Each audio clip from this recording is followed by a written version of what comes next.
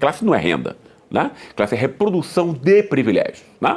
Qual é o privilégio que a classe média reproduz? É o conhecimento, é o saber legítimo, valorizado. Essa classe entre nós corresponde a 20%.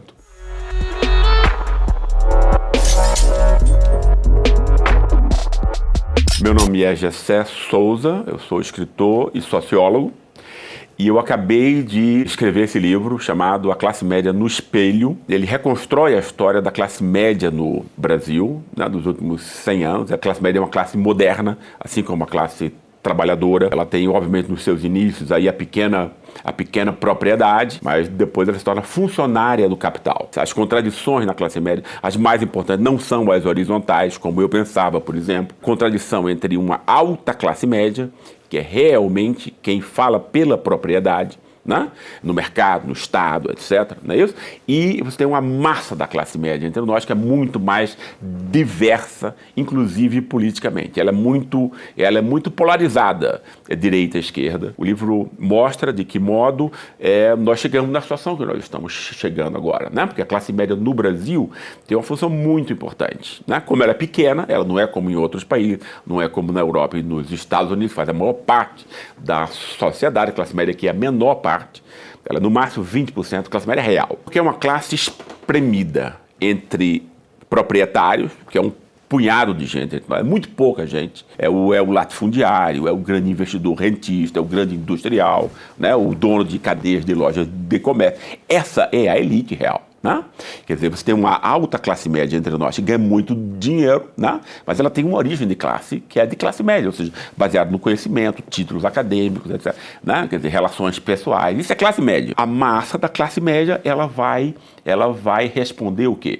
De modo diferencial a essa relação de estar exprimida entre a classe trabalhadora, a classes populares, digamos assim, e essa elite de proprietários. Né? Muita gente vai ter medo de se proletarizar entre nós. Né? Esse é um medo típico da classe média. Né? Esse medo gera o apelo ao fascismo, à direita. São pessoas, especialmente na classe média, né, que são meritocráticas, ou seja, acham que o fracasso, por exemplo, se o país vai mal por condições econômicas, obviamente isso independe de um indivíduo, né, mas toda a ideologia do capitalismo, especialmente agora, com o avanço do neoliberalismo, joga a culpa nas vítimas. Né? Ou seja, diz, olha, você é um fracassado, você perdeu o seu emprego, não é porque o país está sendo dominado por várias empresas, quer dizer, né, estão saqueando o país. É porque você é um lixo. Quando a pessoa recebe esse tipo de condenação, porque isso é uma condenação, né, ela tende a quê? Ou ela se deprime, cai no álcool, na droga, até como acontece muito, ou ela joga essa agressividade em relação, ao invés de ser ligada a ele mesmo, num objeto externo. Né? É isso que o fascismo usa. Né? São bodes expiatórios, né? Antipetismo, gays, negros, minorias e tal. Então você tem que jogar esse ódio contra alguém, alguma coisa que não seja você. Né?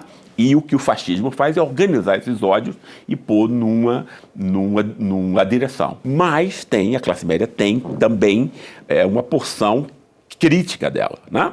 Por exemplo, na década de 30 você tinha tantas pessoas envolvidas no integralismo quanto na ação libertadora nacional, que é uma massa da classe média que sempre apoiou o quê? Apoiou a industrialização do país, ou seja, como uma forma de ter acesso a um consumo que a alta classe média tem no consumo de artigos importados. A ideia que eu sempre tive foi uma compreensão teórica, totalizante, né?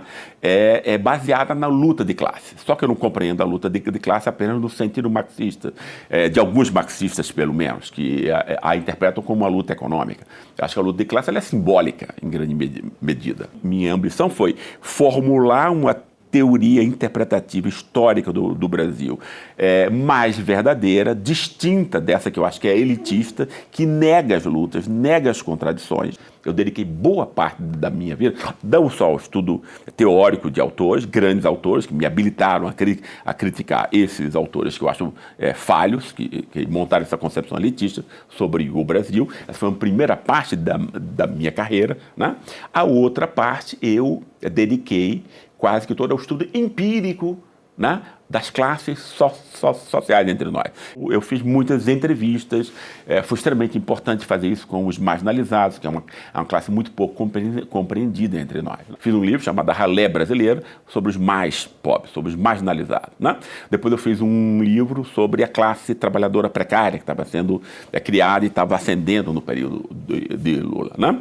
E depois eu fiz A Elite do Atraso, que é um livro sobre a elite. A classe alta é de dificílima determinação, porque você não sabe quanto ela ganha, literalmente. Né? Não está declarado, ela sonega o que ganha, claro. Né? É uma classe da grande fraude. Né? Essa é a corrupção, no fundo. Né? É o que esses proprietários fazem. A quarta classe que faltava era exatamente a classe média. Né? Quer dizer, a minha classe. A ideia, né, tem que ser totalizante, ela não pode ser fragmentada. Né? Porque o fragmento você não faz os encadeamentos necessários. Né? Então você tem que criar essa ideia totalizante, que você possa falar, inclusive, das relações entre as classes. As classes não existem sozinhas, né? Mas a gente precisa entendê-la na sua relação com as outras classes. Né? Entende? Mas ter um enfoque também particular sobre a vida de cada uma delas, para que a gente possa ter um quadro geral. Obviamente, a gente passou aí por um período em que a grande maioria da classe média votava em partidos conservadores e os pobres votavam em partidos de esquerda. Né? E claro, como é um país pobre, a gente não é a Dinamarca, então você tinha já as eleições aí decididas para os próximos 100 anos. Né? O golpe aconteceu para evitar isso, desde Vargas. Não é isso? Isso não é a história de hoje, isso tem 100 anos. Né? Entende? Então não é a corrupção. O que é? É quando todo governo tenta, né, quebrar a regra de ouro de toda a sociedade escravocrata como a nossa, que é diminuir a distância entre as classes. Quem tentou fazer isso caiu, teve golpe. Né? Claro que o pretexto é a corrupção, você precisa ter algum pretexto. Né? Entende? Esse pretexto está hoje usado como sapato de 20 anos, mas ainda assim, como você não tem nenhum outro, você faz a meia sola sempre, ela vai acabando e tal, não é isso? Mas a verdade é, né, que existe um bloco de poder, que eu também aprendi fazendo esse livro, melhor, né, entre a alta classe média e a elite, né, que manipula boa parte da massa da classe média e das próprias contradições entre as classes populares, né, moralizando essa opressão de um modo extremamente seletivo, apenas no Estado, apenas na política. Por que a política e o Estado são criminalizados e estigmatizados? Essa é a questão principal. Por quê? Porque elas são a fonte da soberania popular. Não é isso? Então, para que a elite continue usando o Estado como banco particular, ela precisa estigmatizar e criminalizar o voto. A corrupção real, que é dos donos do mercado, né? Na boca de fumo chamada Banco Central, onde a roubalheira inteira do orçamento é montada e legalizada, que é multibilionária, porque o mecanismo principal do poder ele se torna invisível, claro. Né? Ninguém vê que esse pessoal está roubando. Né? Aí você pega o ladrãozinho, né? O aviãozinho do tráfico, é isso que a polícia pega. Né? É isso que a Lava Jato pega. Né? Ela não investiga o sistema financeiro, que é onde se dá o roubo, os canais de comunicação, que é onde se produz a mentira. Ela blinda também, além da comunicação e do sistema financeiro, o poder judiciário, que todo mundo sabe que é tão corrupto quanto o sistema político. Né? Ou algum imbecil acha que um é puro e o outro é sujo. Quem acredita nessa história? Quem é imbecil a esse ponto? A imprensa entre nós é uma imprensa que é um braço armado dessa elite. Ela basicamente faz o mesmo trabalho que o jagunço fazia para o latifúndio e tal, né? Ou seja, o jagunço ia e assassinava, né? Porque a base da riqueza entre nós é o assassinato de poceiro, de gente, e o roubo de terra, que você legaliza depois. E essa história do Brasil e da riqueza entre nós, a acumulação primitiva de capital, sempre foi assim e continua acontecendo desse modo, sem nenhuma distinção. Né? Isso foi modernizado, ao invés de uma dominação material, da violência material, você usa violência simbólica. Né? A violência simbólica é aquela que se apresenta como convencimento, mas que no fundo é uma violenta porque você retira as condições do juízo e do aprendizado autônomo. Você só tem aprendizado autônomo, né? Autonomia na esfera pública, se você apresenta multiplicidade de opiniões, né? Me diga o órgão entre nós que apresenta multiplicidade de opiniões. Quem viu isso na Rede Globo?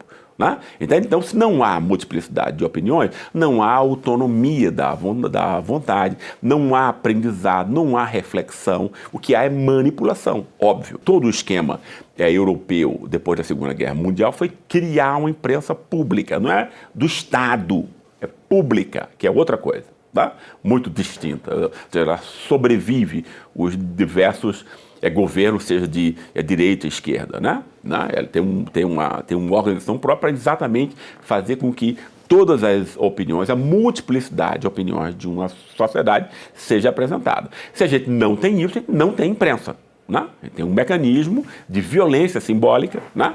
Que engana constantemente o seu público. Ele é usado exatamente nessas horas, por exemplo, né? Quer dizer, com Vargas se inventou a mesma coisa, se disse que Vargas tinha roubado coisa, ele teve que enfiar uma bala, depois ficou provado que ele não tinha roubado coisa nenhuma, mas o cara estava morto. E tal. Então, basicamente é isso. E foi uma campanha da imprensa. No Brasil se diz hoje, claramente, como desde 100 anos, se é uma política para beneficiar os 70%, 80% é populismo. Quer dizer, democracia entre nós é beneficiar os 20%. Né?